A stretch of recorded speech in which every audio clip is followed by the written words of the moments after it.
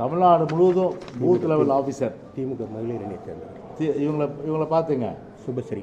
ஆமாம். அதே போல் இப்போ ராயபுரத்துலேயே ஒரு கம்ப்ளைண்ட் கொடுத்தோன்னே வந்து சஸ்பெண்ட் பண்ணாங்க. அது அவர் பார்த்தோன்னா அது ஒரு ஆபாச பேச்சாளருடைய படத்தை ப்ரொஃபைல் வச்சுருக்காரு டிஎம்கேல.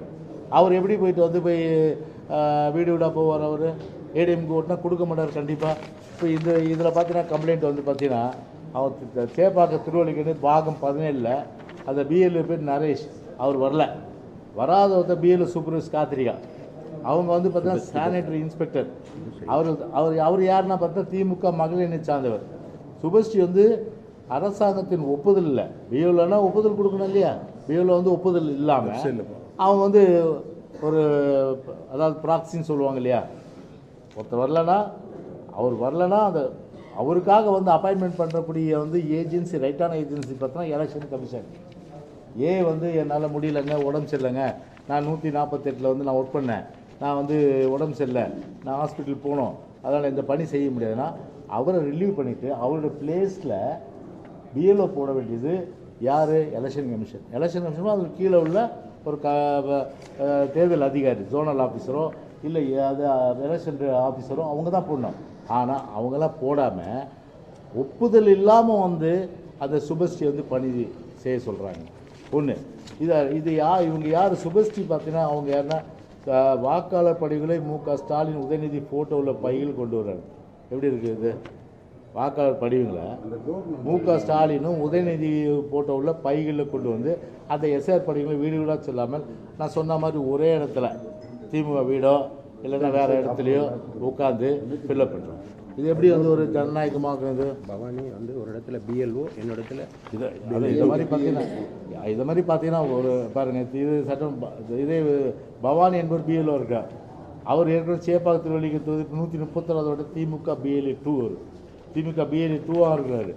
இவ்வாறு இருக்க ஒருவர் அதே சட்டமன்ற தொகுதிக்கு உட்பட்ட வேறு ஒரு பாகத்தில் பிஎல்ஓக்கு நியமித்து இந்திய தேர்தல் ஆணையத்தால் வழங்கப்படும் இந்த கணக்கீடு பணியில் வேண்டுமென்றே குறைபாடுகள் ஏற்படுத்தி மக்களை குழப்ப வேண்டும் என்ற எண்ணத்தோடு செயல்படுவரை உடனடியாக மாற்றம் சொல்லி பெட்டிஷன் கொடுத்துருக்கோம். இந்த மாதிரி இன்னொரு பெட்டிஷன் ஜிம்மு காவலாளி இது பார்த்தீங்கன்னா இவர் 107 பாகம் தேர்தல் ஆணையத்தால் வழங்கப்படும் கணக்கீட்டு படிவங்களை வழங்க பிஎல்ஓவாக முரளி என்பவரை சென்னை மாநகராட்சி சேப்பாக்க திருவள்ளிக்கேணி மாநகராட்சி நியமனம் சொல்லி இவர் 3ஆம் வகுப்பில் படிச்சிருக்காரு. இவரை போயிட்டு பிஎல்ஓ போட்டால் இவர் போய் பிஎல்ஓ ஃபார்ம் ஃபில்அப் பண்ண முடியுமா? இவரை சொல்லுங்கள். ரெண்டாவது என்னென்னா இப்போ 2025 ஃபார்ம் பிஎல்ஓஸ் எடுத்துகிட்டு போகிறாங்க. அந்த 2005 ஃபார்ம் 2025 அந்த வாக்காளர் பட்டியலில் இருக்கிற அந்த பேர் படி கொடுக்கும்போது 2002 கொண்டு போனோம். அவங்க 2002 கொண்டு போனோம். இடது பக்கம் 2002. இப்போ நான் பார்த்தீங்கன்னா ஒரு 2025 எனக்கு ஃபார்ம் கொடுக்குறாங்க. நான் 2002 ஓட்டு போட்டிருக்கிறேன். அப்போது 2002 அந்த இடது பக்கம் இருக்கிறது நான் ஃபில்அப் பண்ணணும். சப்போஸ் 2025 மட்டும்தான் வாக்களித்தார், 2002 வாக்களிக்கிறாரு.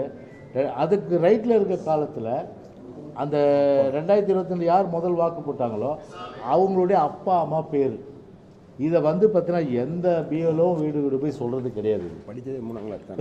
இது படித்ததே 3ஆம் கிளாஸ்னால் இந்த விவரம் எப்படி தெரியாது சொல்லுங்கள்? ஃபார்ம் ஃபில்அப் பண்ண கூட தெரியல. ஸோ எப்படி அதாவது ஒரு உண்மையான அந்த ஒரு நல்ல நோக்கத்தை சிதைக்க வேண்டும் என்பதற்காக திட்டமிட்டு பார்த்தீங்கன்னா படிக்காதவர்களாம் பார்த்தீங்கன்னா ஜோனல் ஆஃபீஸருக்கு, கமிஷனர்ஸ்க்கு, கலெக்டர்ஸ்க்கு எல்லாருக்குமே இன்ஸ்ட்ரக்ஷன் கொடுத்து இது விவரம் தெரிஞ்சவங்க போடாதீங்க. எல்லாம் சானிட்டரி ஒர்க்கரு ஒரு 2வது படித்தவங்க 3வது படித்தோம்னா எப்படி இதை ஃபார்மை ஃபில்அப் பண்ணுவாங்க? அதனால் அங்கங்கே அந்தந்த மாவட்டத்தில் முழுமையான அளவுக்கு இது குளறுபடி ஒட்டுமொத்தமாக எங்களுடைய வாக்குகளை திட்டமிட்டு நீக்க வேண்டும் என்பதற்காகவே ஒரு திட்டமிட்ட ஒரு சதிதான் இன்றைக்கு திமுகவால் அரங்கேற்றப்படுகிறது என்பதை தெரிவித்துக் கொள்கின்றேன்.